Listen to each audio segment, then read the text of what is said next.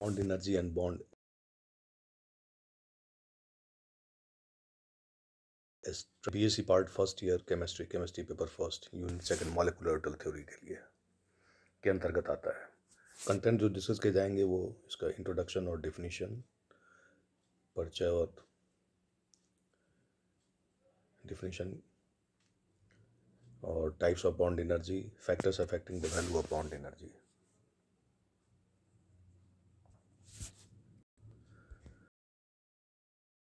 I am doctor Magan Prasad, student PG college Bharatpur Rajasthan. बंद ऊर्जा और बंद सामर्थ्य। सबसे पहले जैसे बंद ऊर्जा और बंद सामर्थ्य क्या है इसको जानने की कोशिश करते हैं। एक कोवेलेंट बॉन्ड यदि बनता है तो उसमें एनर्जी जो है सो रिलीज होती है। एक कोवेलेंट बॉन्ड में ऊर्जा का निकास होता है क्योंकि परमाणु एक अस्थायी विन्यास में आकर अणु बनाते हैं, क्योंकि एटम क्या है एक स्टेबल कन्फिगरेशन में आकर मॉलिक्यूल बना लेते हैं। किसी बंध बनने में जितनी अधिक ऊर्जा का निकास होगा, जितनी अधिक एनर्जी रिलीज होगी, बने हुए बंध की उतनी ही अधिक सामर्थ्य होगी। बंध उतना ही ज़्यादा मजबूत होगा, बंध की उतनी ही अधिक सामर्थ्य होगी तथा वह बंध उतना ही अधिक मजबूत बन जाएगा। जो एक कोवेलेंट बॉन्ड के बनने में निकली हुई यह ऊर्जा बंध ऊर्जा कहलाती है। एक कोवेलेंट बॉन्ड के बनने में निकली हुई यह ऊर्जा बंध ऊर्जा कहलाती है और इतनी मात्रा में उपलब्ध करवाने पर वह बंध टूट कर दो उदासीन मूलक बना लेता है। और इतनी मात्रा में ऊर्जा उपलब्ध करवाने पर वह बंध टूट कर दो उदासीन मूलक, अगर बॉन्ड को तोड़ा जाता है तो दो उदासीन मूलक बना लेता है। दूसरे शब्दों में एक कोवेलेंट बॉन्ड तोड़कर दो उदासीन मूलकों को बनाने के लिए जितनी ऊर्जा की आवश्यकता होती है वह बंध ऊर्जा कहलाती है। एक कोवेलेंट बॉन्ड तोड़कर दो उदासीन मूलकों को बनाने के लिए जितनी ऊर्जा की आवश्यकता होगी वह जो है सो बंध ऊर्जा कहलाएगी। तो बंध ऊर्जा को हम दो प्रकार की कह सकते हैं, दो प्रकार की होती है ये। पहला है वियोजन ऊर्जा या फिशन एनर्जी। गैसीय अवस्था में एक बंध को तोड़कर दो उदासीन मूलकों में वियोजित करने के लिए आवश्यक ऊर्जा वियोजन ऊर्जा कहलाती है।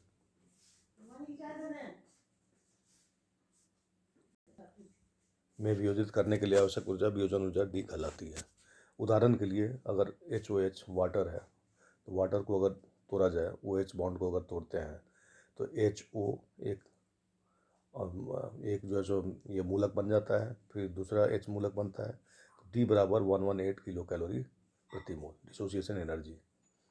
इसी तरह से HO फ्री रेडिकल है, मुक्त मूलक है, उसको अगर हम तोड़ते हैं तो ऑक्सीजन पे जो है सो दो इलेक्ट्रॉन दिखते हैं यहाँ पे और H एक मूलक बनता है।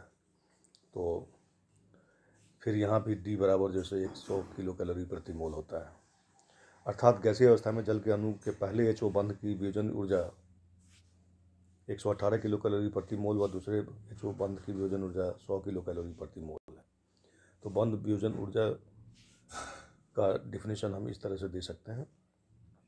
इसी तरह से बंध ऊर्जा किसी अणु के विभिन्न बंधों की वियोजन ऊर्जाओं का औसत उसकी बंध ऊर्जा कहलाती है। किसी अणु के विभिन्न बंधों की वियोजन ऊर्जाओं का औसत उसकी बंध ऊर्जा कहलाती है। उदाहरण के लिए जल में प्रथम HO बंध की वियोजन ऊर्जा 118 किलो कैलोरी प्रति मोल है, जबकि द्वितीय HO बंध की वियोजन ऊर्जा केवल 100 किलो कैलोरी प्रति मोल है। तो इन दोनों का औसत 109 किलो कैलोरी प्रति मोल 118 प्लस 100 बटा 2 बराबर 109 किलो कैलोरी प्रति मोल इसकी HO की बंध ऊर्जा कहलाएगी।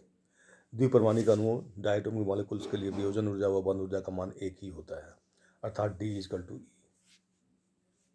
द्विपरमाणिक मॉलिक्यूल के लिए क्योंकि इन अणुओं में केवल एक ही बंध होता है अतः औसत का प्रश्न ही पैदा नहीं होता। बहुपरमाणिक अणुओं की बंध ऊर्जा ज्ञात करने के लिए पहले उसकी दहन उष्मा ज्ञात करते हैं और फिर समीकरणों की सहायता से उसकी संभवन उष्मा तथा अथवा उसके विपरीत वियोजन उष्मा ज्ञात कर लेते हैं। उदाहरण के लिए अगर पॉलीएटॉमिक मॉलिक्यूल्स की बंध ऊर्जा ज्ञात करने के लिए पहले उसकी हीट ऑफ कंबशन ज्ञात करते हैं, दहन उष्मा, और फिर समीकरणों की सहायता से संभव उष्मा, जैसे एज फॉर एग्जाम्पल अगर उष्मा 212.8 किलो कैलोरी प्रति मोल है तथा इसकी वियोजन उष्मा 398 किलो कैलोरी प्रति मोल है। तो सबसे पहले हम देखते हैं कि CH4 C+4H 398 किलो कैलोरी प्रति, ये इसकी वियोजन उष्मा है। और CH बंध के लिए E बराबर जो है सो क्या हो जाएगा 398/4 बराबर 99.5 किलो कैलोरी प्रति मोल। 4 CH बंध के लिए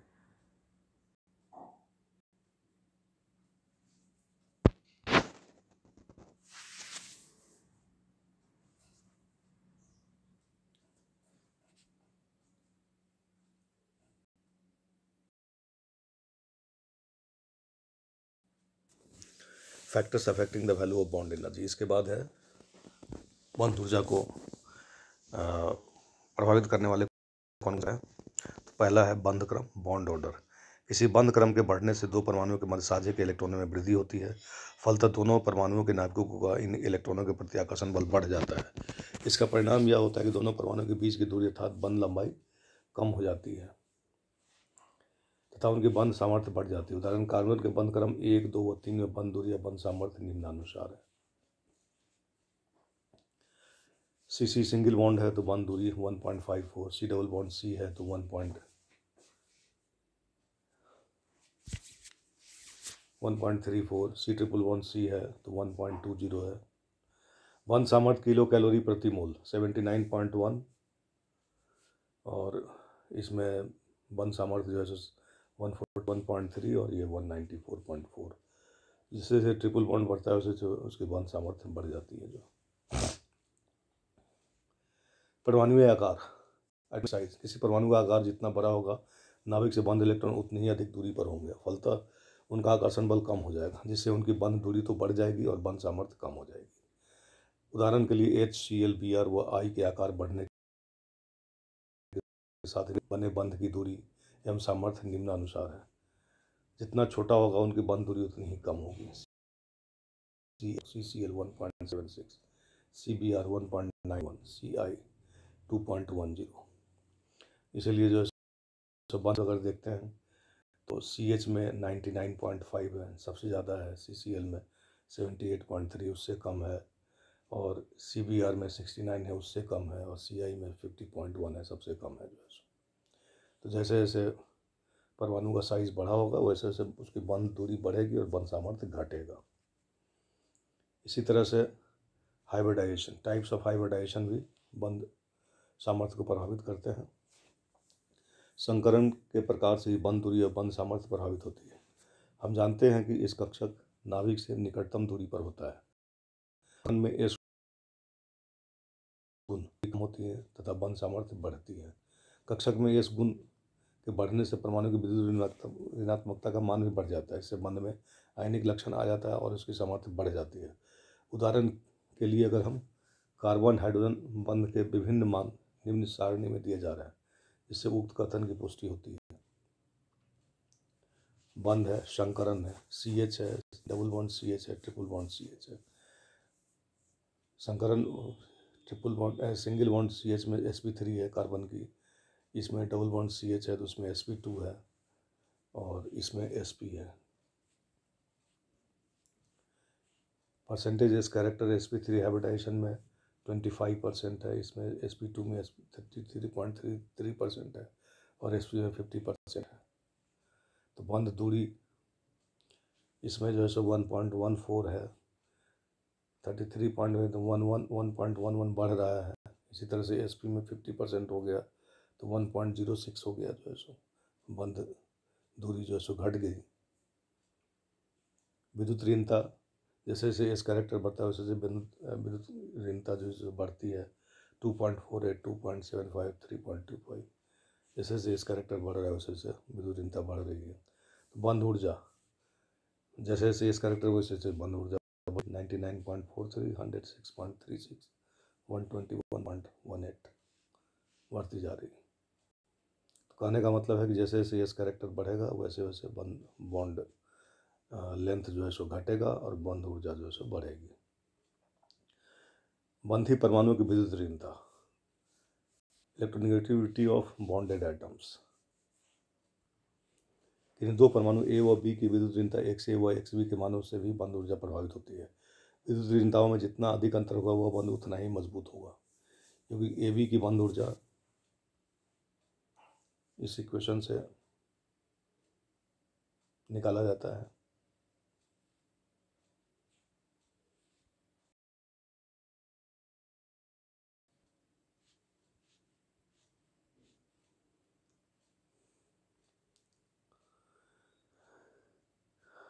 तो जैसे जैसे इलेक्ट्रोनेगेटिव डिफरेंस में जितना अधिक अंतर होगा वह बंध उतना ही अधिक मजबूत होगा जो है।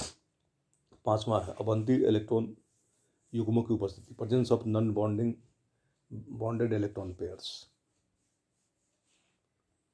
किसी यौगिक में अवंती इलेक्ट्रॉन युग्मों की उपस्थिति से इलेक्ट्रॉन इलेक्ट्रॉन रिपल्सन बढ़ता है, प्रतिकर्षण बढ़ता है, जिससे उसकी बंध ऊर्जा कम हो जाती है।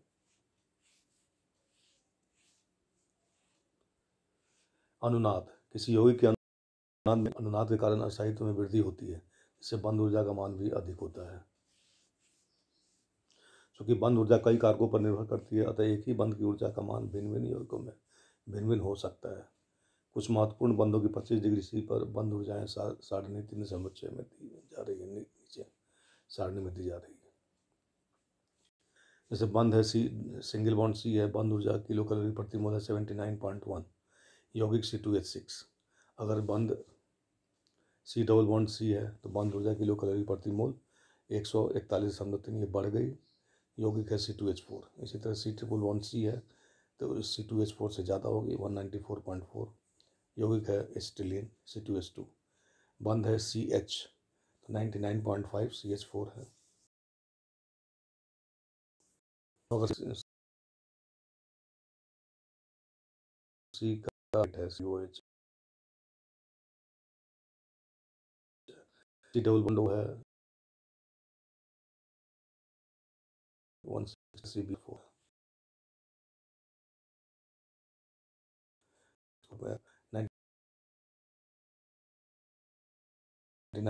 बॉन्ड एनर्जी है वो है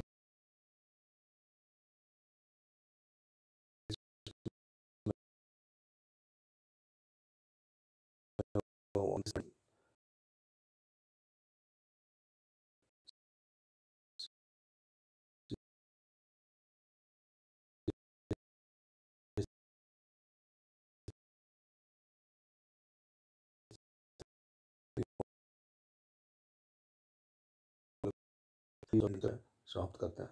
थैंक यू। अगले क्लास में डायपोल मोमेंट और उससे रिलेटेड टॉपिक बताया जाएगा। Thank you.